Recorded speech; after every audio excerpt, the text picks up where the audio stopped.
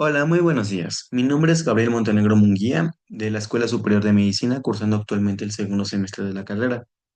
El día de hoy yo les vengo a presentar lo que es el tema de intestino delgado, colon y conducto anal, enfocándonos en la parte histológica del sistema. Empezaremos hablando sobre las generales del sistema digestivo. Esto es importante conocer ya que vamos a enfocarnos principalmente en lo que son las paredes de este sistema, ya que comparten muchas generalidades con lo que es el estómago y esófago, obviamente teniendo sus diferencias.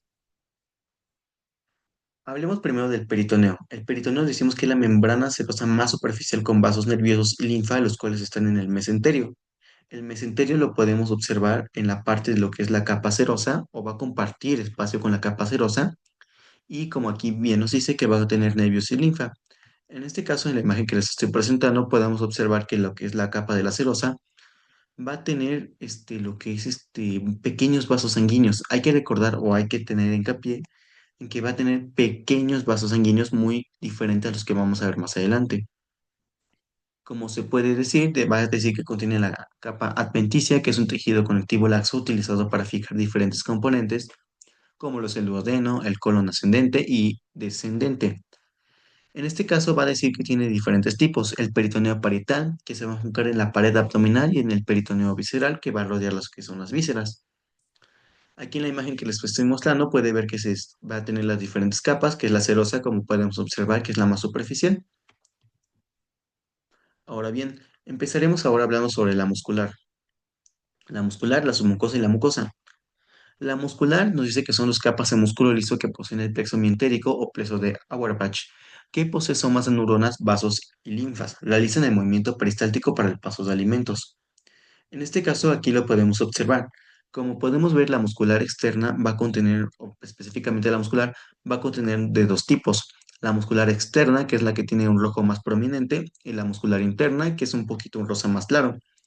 Entre estos dos musculares van a encontrar, bueno, podemos observar lo que es una línea que nos está señalando lo que es el plexo de Auerbach. Este plexo de Auerbach nos va a ayudar principalmente, como ya se mencionó, para el movimiento peristáltico. Este movimiento peristáltico nos va a ayudar para lo que es mover ya alimentos ya procesados o ya consumidos, por así decirlo, a lo que son los conductos más inferiores, como lo es el intestino delgado, colon, conductos anales o conducto anal en este caso. Más adelante lo vamos a volver a tocar. Ahora, hablamos sobre la submucosa. La submucosa nos dice que contiene los vasos sanguíneos de gran calibre, vasos linfáticos y plexo nervioso. Este último formará el sistema nervioso de entérico y el plexo de Meissner.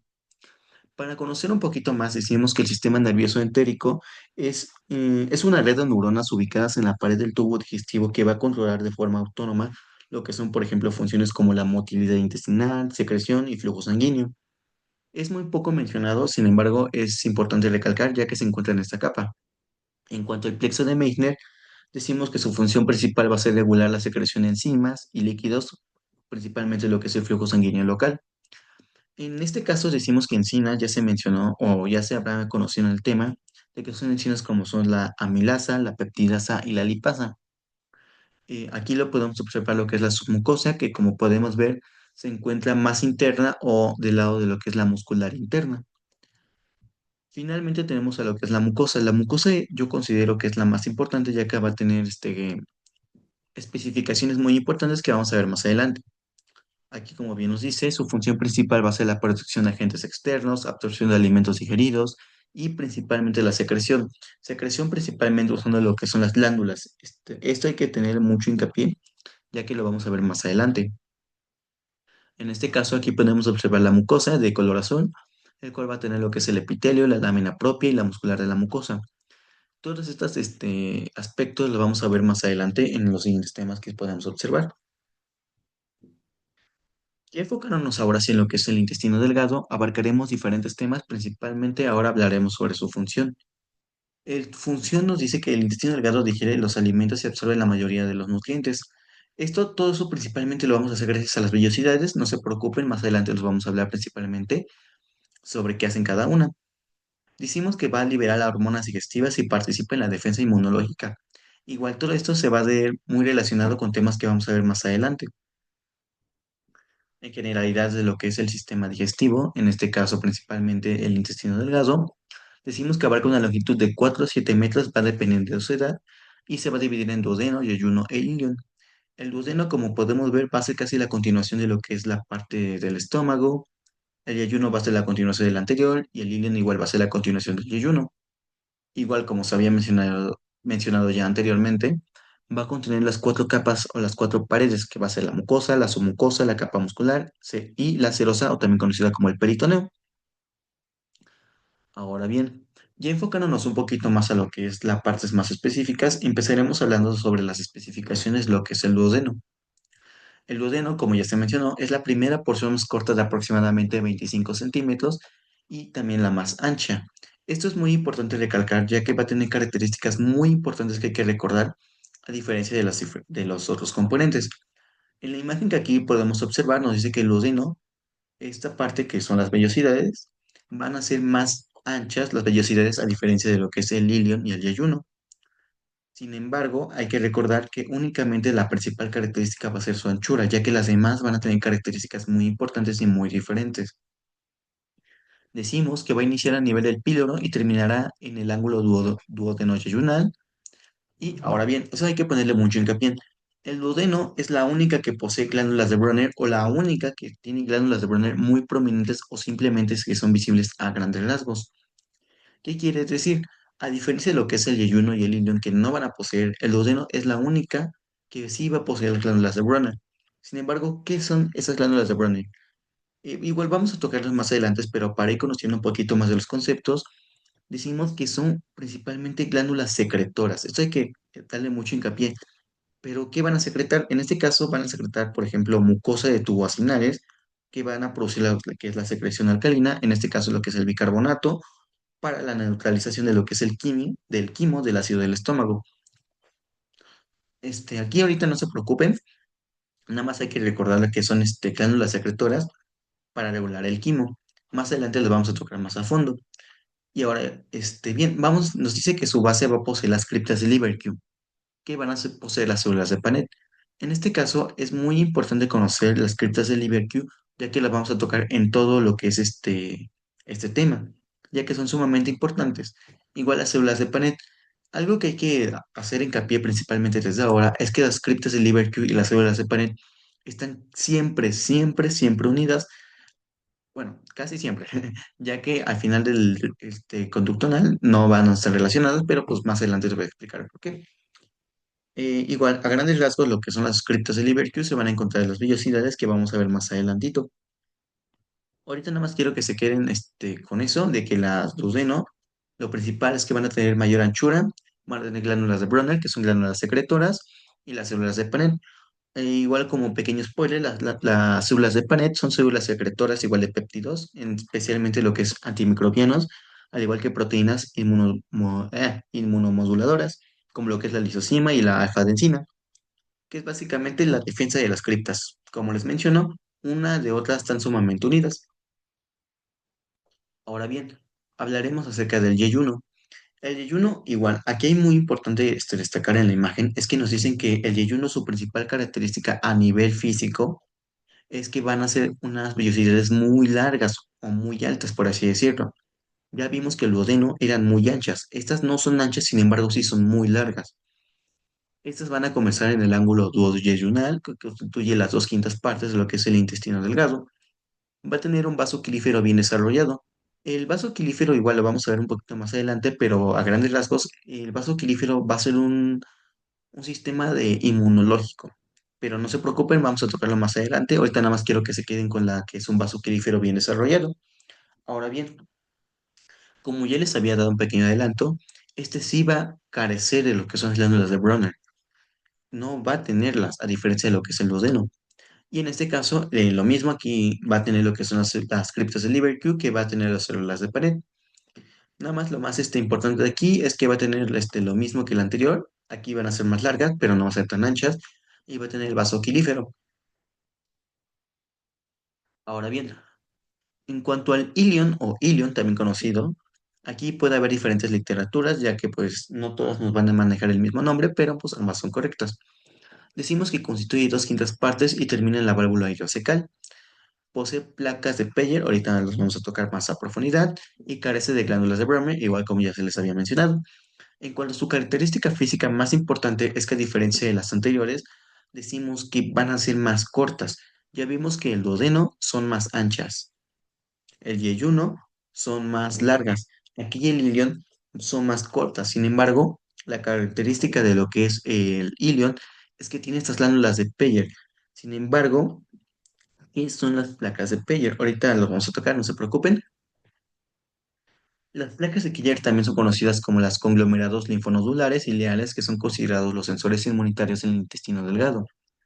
Son el principal componente del tejido linfoide asociado al tubo digestivo, en este caso el GAL, y el GAL nos ayuda a la captación y presentación de antígenos, por lo tanto sus funciones se asocian con la inflamación, la inmunotolerancia y se van a encontrar rodeadas de las células M. Aquí en esta imagen podemos ver la que son las glándulas de Peyer. Como podemos observar, van a ver como pequeños conglomerados o pequeños óvalos que van a cambiar de colores, que van a estar rodeados por las células M. Igual no se preocupen, vamos a tocarlas más adelante. Pero ahorita lo que quiero que se observe es que principalmente son muy fácilmente de notar. Igual aquí en la imagen de acá se puede observar que son pequeños o diferentes colores que se puede observar. En este caso, algo que hay que recalcar es que la cal, como ya se había mencionado, son conglomerados linfonodulares que pueden causar lo que es la inflamación o la inmunotolerancia. Sin embargo, ¿cómo lo pueden hacer? Y es que eso lo vemos mucho, muy común, sobre todo en lo que son personas mayores.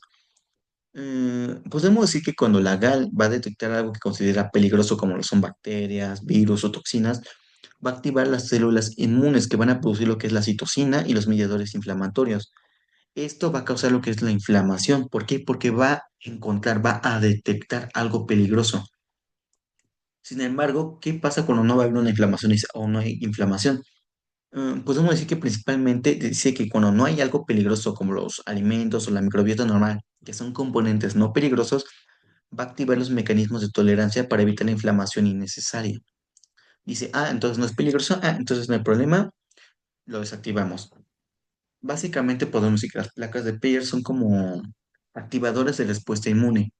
Y como dije, aquí se van a encontrar principalmente, aquí lo podemos ver, y se van a encontrar principalmente lo que es el ilion o ilion, ¿vale?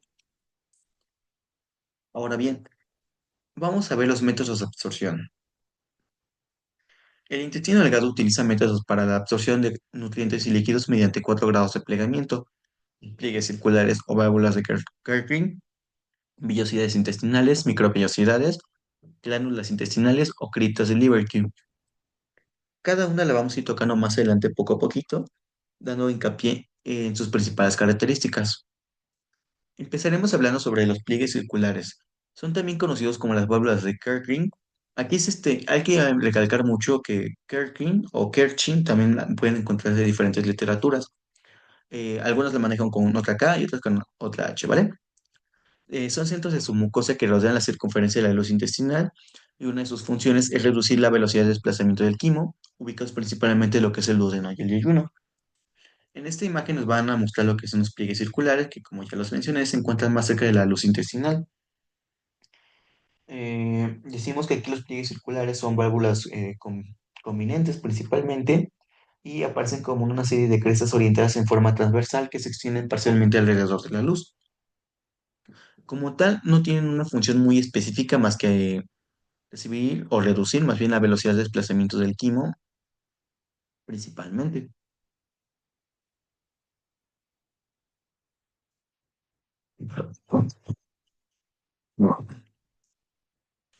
Aquí, como podemos ver en estas imágenes, podemos observar las diferentes formas que podemos encontrar los pliegues circulares. Como ya se mencionó, se encuentran más cerca bueno, son los más cerca de la luz intestinal y van a estar principalmente en lo que es la mucosa, ¿vale? Ahora bien, vellosidades. En vellosidades es muy importante entender o conocer ese tema, ya que vamos a abarcar muchos conceptos o muchas partes en este aspecto o en esta diapositiva. Dice que son evaginaciones o lisias de tejido conjuntivo laxo que están revestidas de un epitelio cilíndrico simple que posee mucosa que cubre todo el intestino delgado. Va a contener lo que son las criptas de Lieberkühn, consideradas como láminas propias por sus células linfoides, y de la cual van a poseer mínimo 6 criptas por vellosidad. La función central de las vellosidades es aumentar la superficie de absorción. Ahora bien, Como ya se les había mencionado desde antes, vamos a ver lo que es un vaso quilífero o un quiliclón, por así decirlo. El vaso quilífero tiene como una función de actuar como un capilar linfático que va a absorber y transportar las grasas, también conocidas como lo son los kilomicrones, desde el intestino hacia la circulación linfática y luego a la sangre. Entonces, para hacerlo más resumido o más centrado, decimos que un vaso quelífero central se va a encargar del movimiento de los kilomicrones, que son ya los mencionados, como lo que es diferentes aminoácidos. Ahora bien, las criptas de Liverpool los vamos a tocar más adelante, pero aquí en esta imagen las podremos observar que se encuentran más inferiores de una vellosidad, como si fueran su base. Va a ser muy importante conocer la ubicación de cada una más adelante, les diré igual el por qué. Ahora, hablemos sobre las microvellosidades. Las microvellosidades son estructuras que forman un borde del cepillo o borde estriado que contiene enzimas intramembrosas incluidas en la lactasa, maltasa, sacarosa, las cuales intervienen en la digestión. Aquí, como podemos observar, gran imagen es lo que es una vellosidad. La vellosidad va a estar rodeada de lo que son las microvellosidades que nos va a ayudar para el movimiento, pero, aquí hay que hacer un pero, principalmente nos van a ayudar a lo que es la absorción. Estos más adelante los vamos a ver a profundidad. Finalmente, las criptas de Liverpool. Igual, aquí las criptas de Liverpool en la imagen podemos observar que se encuentran en la parte más inferior, como si fueran adentro de lo que es la base, de lo que es la vellosidad. La podemos observar aquí principalmente, ¿vale? Nos dice que son glándulas intestinales que desembocan en las vellosidades compuestas de epitelio cilíndrico simple, el cual cuentan con las células de Panet. Su función es secretar enzimas, mocos y defensa contra microbios mediante diferentes tipos de células. Igual aquí ya les mencioné que las células de Panet son principalmente las ayudantes, lo que son los criptas de Liverq, pero ¿cómo lo van a hacer? Ya les dije que son secretoras de péptidos antimicrobianos y proteínas inmunomoduladoras. Van a utilizar las criptas de Liverq diferentes tipos de células, como cuáles. Aquí nos van a decir células absortivas o enterocitos, células calciformes, células de Panet, células enteroendocrinas, células de penacho y células madre intestinales o también conocidas como las CMI.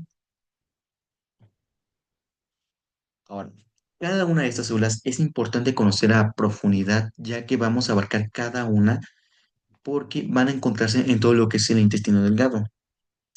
Empecemos hablando sobre las células absortivas intestinales o enterocito, con función primaria de absorción y especializándose en el transporte de sustancia. Esto como tal es, en resumido, lo que va a hacer. Hay que recordar que, como aquí bien dice, su función primaria es la absorción. ¿Qué quiere decir esto? Que va a estar sumamente relacionado con lo que es las microvellosidades. Si recordamos, las microvellosidades nos van a ayudar igual a la absorción, es decir, que cada una van a ayudarse. ¿Qué quiere decir esto? Como tal, los enterocitos van a ayudar a captar azúcares, aminoácidos, ácidos grasos, vitaminas, entre otras cosas, y van a terminar la digestión. ¿Por qué? Porque va a tener lo que es el cepillo. El cepillo ya mencionamos que es las microvellosidades, el cual va a tener las enzimas que completan la degradación final de los alimentos antes de absorberlos y, igual como les había mencionado, van a participar en la captación de lo que son los nutrientes. Ahora, hablemos acerca de las células calciformes. Las células calciformes las vamos a encontrar en muchos diferentes tipos de cortes histológicos. Aquí nos menciona que son células cilíndricas secretoras de moco que aparecen dispersas entre los enterocitos del epitelio intestinal. Van a poseer dos dominios, el citoplasmático, que son dos dominios citoplasmáticos que son el de tipo apical y el de tipo basal. En resumen, podemos decir que son las que secretan moco. ¿Para qué? Para proteger, lubricar las superficies mucosas del tracto digestivo. Como tal, las células calciformes van a estar contenidos de lo que son las glucoproteínas, que son liberadas mediante lo que es la exocitosis, que va a cubrir o va a crear una cubierta protectora a modo de gel que va a proteger el epitelio de abrasión mecánica principalmente. En cuanto a sus dominios citoplasmáticos, decimos que el apical se va a centrar principalmente en contener los gránulos grandes que van a secretar moco, mientras que el basal se va a centrar en que va a contener el núcleo endoplasmático rugoso y el aparato de Golgi. En resumen, decimos que las células calciformes van a ser las que secretan o crean el moco para proteger. Ahora vamos con las células enteroendocrinas. Las células enteroendocrinas secretan hormonas peptídicas y secretan hormonas peptídicas endocrinas y paracrinas que van a controlar varias funciones del aparato digestivo. En este caso, ¿qué hormonas van a secretar? Va a ser la gastrina, la secrina y la colexitocinina. Cada uno va a tener diferentes o especificaciones muy específicas de cada uno. En este caso, podemos hablar primero sobre la gastrina. Esta como tal decimos que va a estimular la liberación del ácido clorhídrico y crecimiento de las células de la mucosa principalmente. La secrina se va a caracterizar por estimular la secreción de bicarbonato y aumentar la absorción de la insulina. Esta secrina va a ser muy importante para pacientes diabéticos, pero ahorita nos vamos a meter en la parte clínica. Y la colecistocinina, como tal, los libros nos mencionan que va a estimular la liberación de la que es la bilis y la secreción de las enzimas pancreáticas. Cada una de esas van a estar sumamente relacionadas con lo que es la enteroendocrina, hacer hormonas, y todas van a que hacer controlar lo que es el aparato digestivo. Ahora, ya vimos tres, vamos ahora a hablar sobre las de penacho. Aquí, las células de penacho, voy a hacer un pequeño hincapié, ya que hay que recordar, o se van a ver más adelante, bueno, no otros temas específicamente, que hay dos tipos de células de penacho. Las células de penacho en el sentido gustativo, o más específicamente en el sentido olfatorio. Si bien están en el gustativo, están más en lo que es en el olfatorio. Son muy diferentes estas células a esas, ya que estas células de penacho van a ser las que expresan el gen sinasa de DCLR1 e inician la respuesta inmune contra las infecciones parasitarias mediante la producción de lo que es la interleucina 25. Pero, ¿cómo lo va a hacer? Para empezar, hablemos de que la interleucina 25 lo que va a hacer es que va a aumentar la producción de moco, reclutando eosinófilos y estimulando lo que son excitocinas, y nos va a ayudar a qué?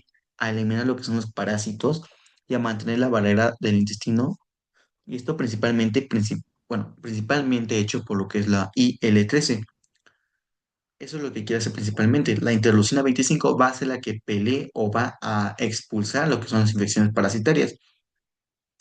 En cuanto a lo que es el DSL1, mm, podemos decir que es una sinasa que ayuda a controlar la regeneración y mantenimiento del epitelio intestinal. ¿Esto porque como va a ser una eliminación de lo que son los parásitos, la interleucina 25 va a haber un desgaste, y la DSLR1 nos va a ayudar para la reparación? Eso es principalmente la característica de esto, ¿vale? La interleucina 25 es la que va a hacer las infecciones parasitarias para eliminarlas. Ahora, la más importante y la que más hincapié hemos hecho hasta el momento es la célula de Panet, el cual, como ya se dijo, va a estar siempre, siempre junta con lo que es la cripta de Lieberkühn. Esta va a mantener la inmunidad innata de la mucosa mediante la secreción de lo que es la lisozima, que es una sustancia antimicrobiana, y control de microbiotos. Eh, la microbiota, de hecho, si recordamos, va a estar muy relacionado con lo que es los lactobacilos. De hecho, si hacemos un poco de memoria, lo que es el producto Yakult va a estar muy relacionado con la microbiota o con la ayuda hacia la microbiota, porque los lactobacilos van a ayudar a esta parte de la microbiota a hacer un sistema inmunológico en el aparato digestivo. Ahora, finalmente hablaremos sobre qué es la células madre intestinales, la CMI. Decimos que están localizadas en la base de las criptas y se identifican por el marcador proteico de la LGR5. La LGR5 decimos que son los receptores acoplados a las proteínas G, que van a contener las repeticiones de interleucina, y esta interleucina es una proteína pequeña que va a usar las células del sistema inmune para comunicarse entre sí, el cual nos va a ayudar, ¿para qué? Para activar, regular y frenar lo que son las respuestas inmunitarias. Eso va a ser principalmente lo que va a ser la LGR5, que es básicamente un receptor. Ahora, nos dice que van a tener una gran relación con los telocitos, el cual va a secretar la proteína WNT, que es un regulador primario de la CMI. Los telocitos, decimos ya, bueno, ya se recuerda o se conoce que se van a encontrar en la lámina propia adyacente. En este caso van a estar en la parte inferior de las criptas. Ahora bien, aquí en esta imagen la podemos observar básicamente lo que son las células de Liverque y, como ya se había mencionado, las vellosidades. En este caso ya se había dicho que las vellosidades van a estar rodeadas aproximadamente de lo que son seis criptas de Liverque. Cada cripta de Liverque va a contener diferentes características específicas. En este caso decimos que en la parte más inferior se van a encontrar las células de Panet, que son, ya vimos, las células que van a hacer la defensa principalmente. Tenemos también lo que son las enterocitos, las células calciformes en sus laterales, las células CMI, las células enteroendocrinas. Aquí, pues, o podemos ver otra que es el borde del cepillo, que ya vimos que son las microvellosidades, entre otras, ¿vale? Igual aquí podemos ver otra imagen de lo que son las microvellosidades, como son las criptas de Livercube. Aquí podemos observar lo mismo que son las células de Panet, que como podemos ver están aquí abajo, igual que aquí, igual acá abajo, ¿vale?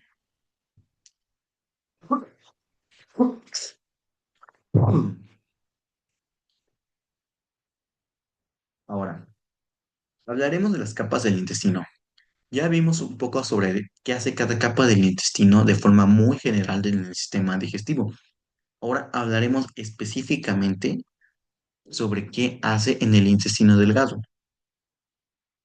Como ya se mencionó antes, el intestino delgado va a contener diferentes capas dependiendo de la profundidad: la mucosa, la submucosa, la capa muscular, la serosa o peritoneo. Empecemos hablando de la mucosa.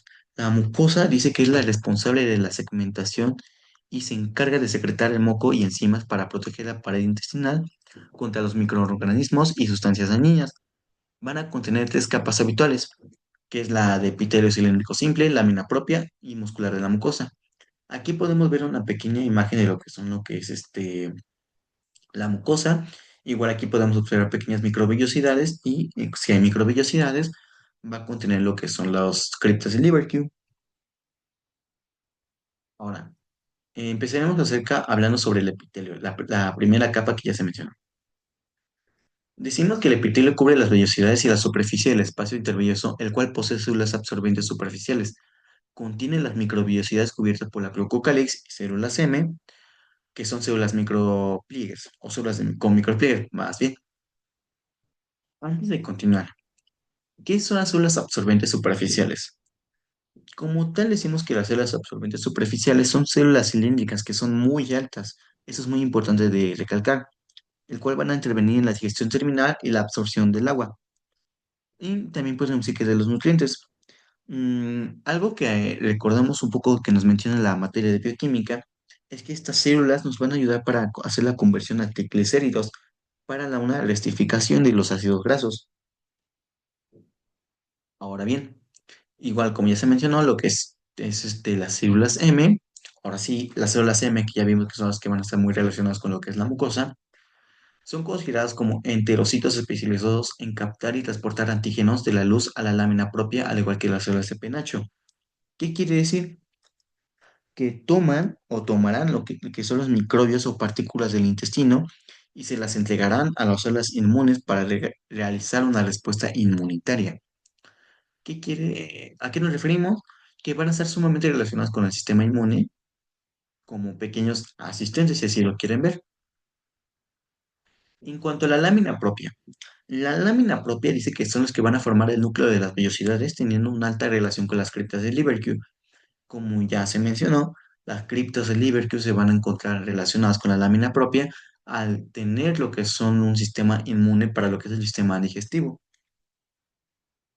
En cuanto a la muscular de la mucosa, va a ser la encargada de formar las células musculares lisas, circular interna, longitudinal externa, y el cual penetrará las vellosidades. Ahora, tenemos aquí una imagen de la submucosa. La submucosa es la que está compuesta de tejido conjuntivo fibroelástico denso e irregular, el cual posee las glándulas de Brunner, ya se mencionó aquí las glándulas de Brunner, el cual son glándulas secretoras de bicarbonato y sintetizadoras de urogastro. Pues ya para recapitular, las glándulas de Brunner ya dijimos que son las que secretan el bicarbonato, como ya lo mencioné, para neutralizar el ácido y proteger el duodeno. En cuanto al urogastro, ¿qué es el urogastro? En lo que es la parte de fisiología, nos menciona que el urogastro es una hormona En este caso es una hormona que va a afectar al duodeno para reducir la producción de ácido en el estómago y proteger la mucosa digestiva. ¿Qué quiere decir esto? Que cuando ya ve que hay mucha irritación, que dice, ah, no, vamos a poner un alto, ya no vamos a producir más ácido, por así decirlo.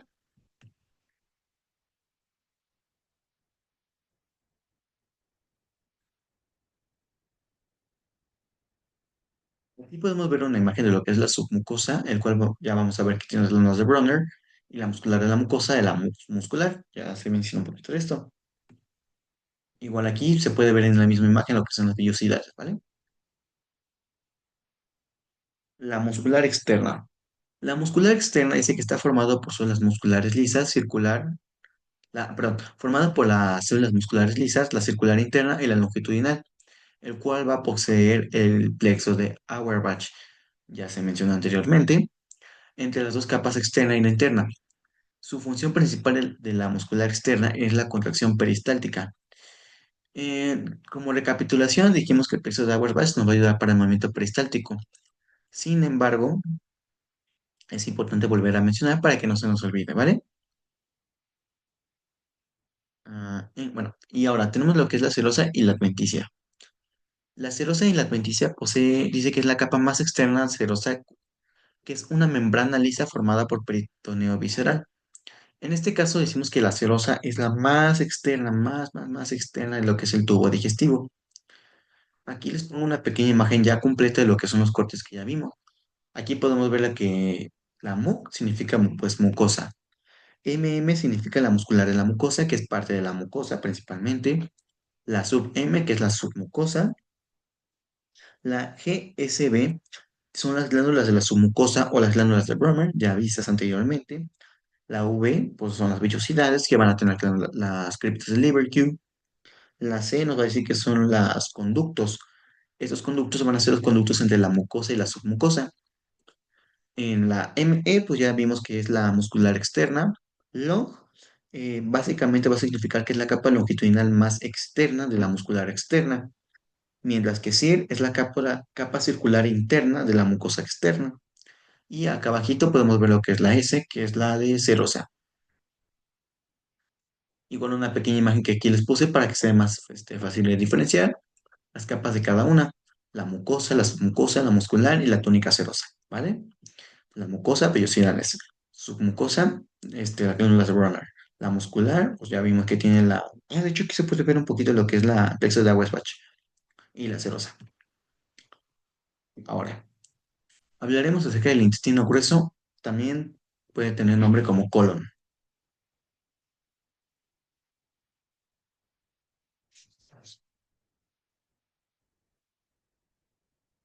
Decimos que el intestino grueso finaliza la digestión absorbiendo agua y electrolitos, transforma los residuos en heces sólidos y gracias a su microbiota fermenta la fibrina y sintetiza la vitamina K y B. Esto es principalmente la función de lo que es el intestino grueso. ¿Qué hace? La creación de lo que son las heces fecales principalmente. Al siguiente, no. En generalidades. Igual que el anterior, vamos a enfocar un poquito de sus generalidades. Decimos que posee una longitud de 1,5 metros principalmente y se divide en ciego, colon ascendente, colon transverso y colon descendente. Al igual que el intestino delgado, va a poseer sus cuatro capas, la mucosa, la submucosa, la capa muscular, la serosa o peritoneo. Hablemos ahora del colon. El colon recibe el quimo del ilion. Ya vimos que el ilion es la parte terminal del intestino delgado, a través de la válvula ileocecal. Y carece de vellosidades. En este pequeño tramo ya no va a ser tan necesario las vellosidades, ya que pues ya no va a haber tanta defensa, ya que al final va a ser algo que se va a desechar, ya no vamos a absorber. Ya quitamos de absorber y ya no sirve, pues lo eliminamos. Por eso ya no vamos a tener lo que son las vellosidades. Pero su lámina propio sí va con las criptas de Liverpool. Ahora bien, como ya les había mencionado anteriormente, las criptas de Liverpool y las células de Panel siempre, pero siempre van a estar unidas. Sin embargo, en la parte terminal ya de lo que es el cono y conducto anal, ya no van a estar presentes las células de Panel, ya que al ser heces fecales, que son materiales de desecho, ya no tienen nada que defender. Ya dije, ya no me sirve, ya para qué lo defiendo. Y finalmente decimos que posee las células de DNS, que contienen las células N, secretoras de péptido Y.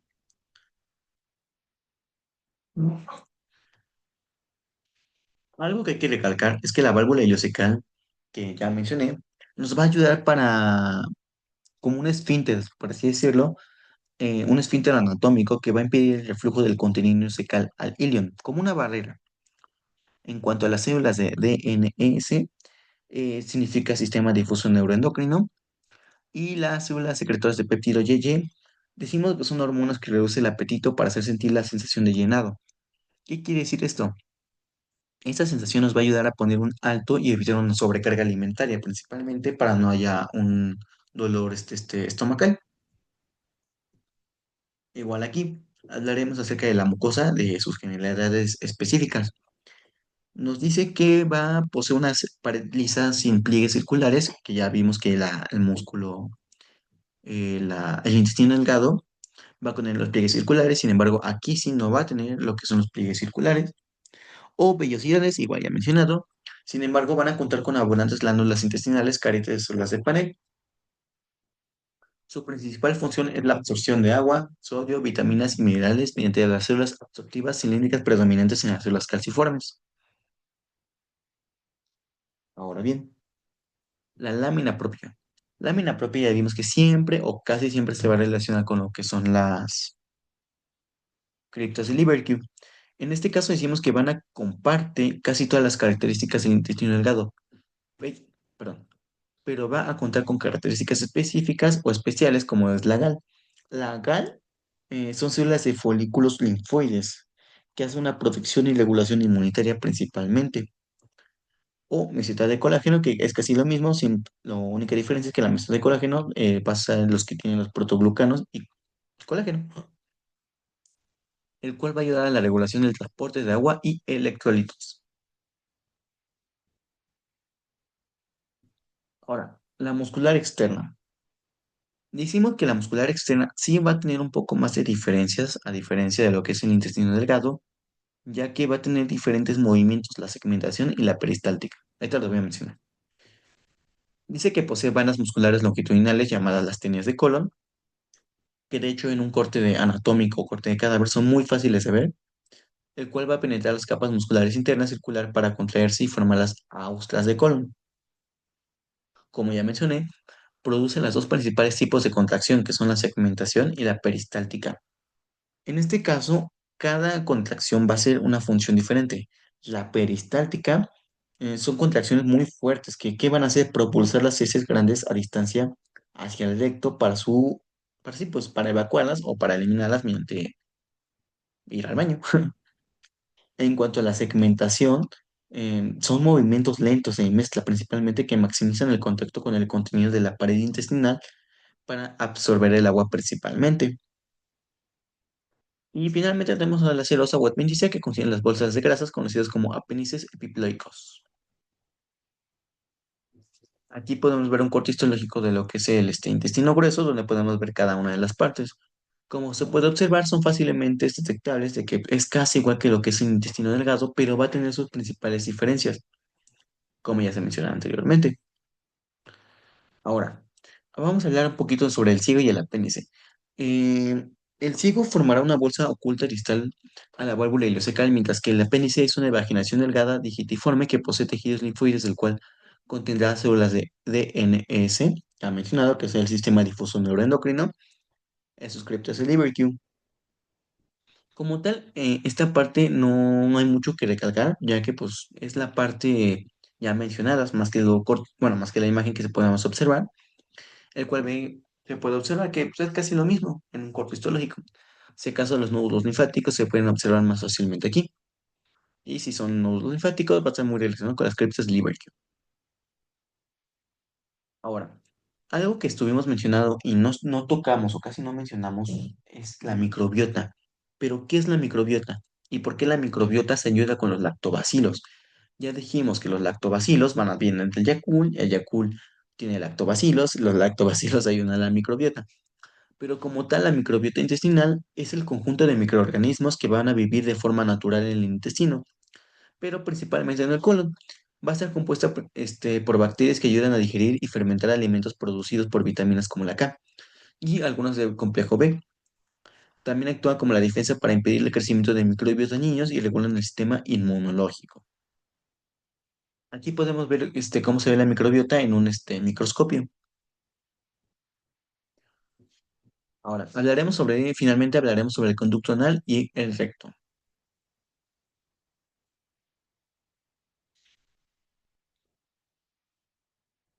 El recto y el conducto anal están sumamente, pero sumamente relacionados, pero va a haber una pequeña diferencia.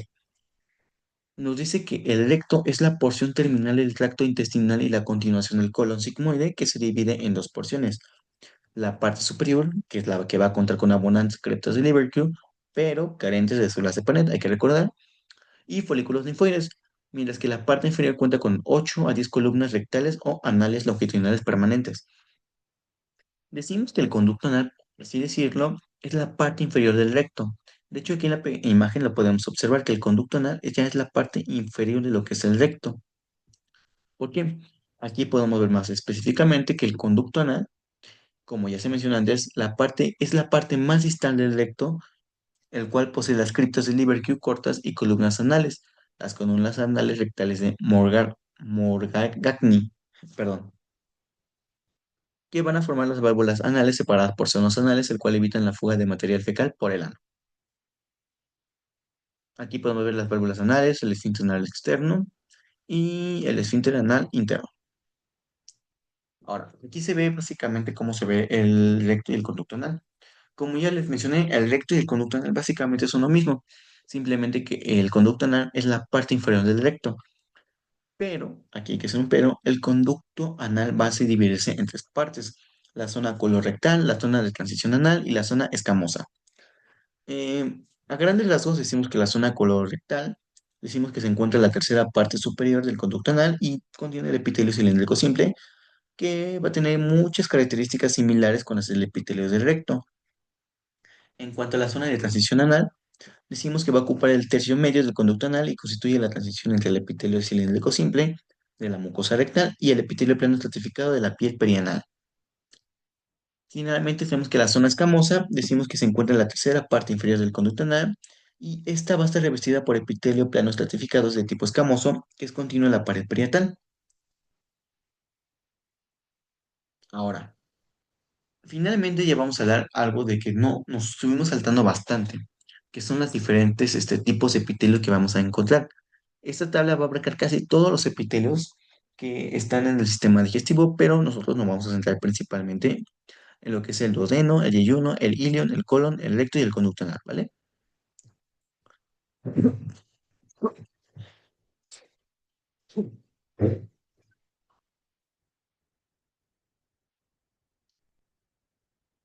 Vamos a hacer un poquito de zoom para que se pueda ver, observar un poquito mejor. ¿Sí lo podemos ver? Sí, sí, ahí está. Ahora, el duodeno nos dice que su epitelio es el epitelio cilíndrico simple con células calciformes. Ya se mencionó antes, yeyuno es cilíndrico simple, ilion cilíndrico simple, colon cilíndrico simple, recto cilíndrico simple, y aquí va a haber la diferencia, que el, perdón, que el conducto anal va a ser tipo cúbico simple. Esto, como tal, nos dice que ya es el epitelio de lo que es esta parte de lo que es el sistema digestivo. En cuanto a la siguiente parte, nos vamos a hablar acerca de su lámina propia. ¿Qué tipo de células va a tener principalmente? Aquí, pues ya vimos que la principal característica de todas es que va a tener las células absorbentes superficiales con las células calciformes. Algunas van a tener lo que son las células M, a excepción del conducto anal, principalmente que, como podemos observar, no va a tener lo que son los tipos de células de epitelio, ya que al final es una zona ya de excreción. En la siguiente tabla vamos a ver las células de glándulas. En este caso, las células de criptas o perdón, las criptas de Lieberkühn están presentes en todas, absolutamente en todas, excepción del conducto anal. Sin embargo, en el recto siguen estando presentes, ¿vale? Aquí, de hecho, vemos que aquí están las placas de Peyer que vimos en el ilion y no creo que es nada más importante. En cuanto a la siguiente tablita, estamos hablando principalmente de lo que son las células de glándulas o lo más característico de estas. ¿Por qué? En la anterior, si bien vimos un poco de glándulas, nos centramos en la lámina propia, mientras que aquí ya nos centramos en las glándulas. Aquí podemos observar cada una de las glándulas principalmente en cada capa. La muscular o muscular de la mucosa, la submucosa, la muscular externa y la celosía adventicia. Aquí se ve casi todos, ¿vale? Bueno, como tal, ese fue nuestro tema completo del aparato digestivo inferior, enfocándonos en lo que es el sistema digestivo del intestino delgado, del colon y de lo que es el conducto anal. Sin más que decir, espero que les haya servido esta pequeña presentación sobre ese tema tan maravilloso. Igual cualquier duda de que tengan sobre este tema, lo pueden consultar directamente en los libros. Toda la información sacada fue directamente de los libros, ya les mencioné. Gardner, Kissenberg y Rose, ¿vale? Sin más que decir, les agradezco mucho su tiempo y les deseo un bonito día. Bye.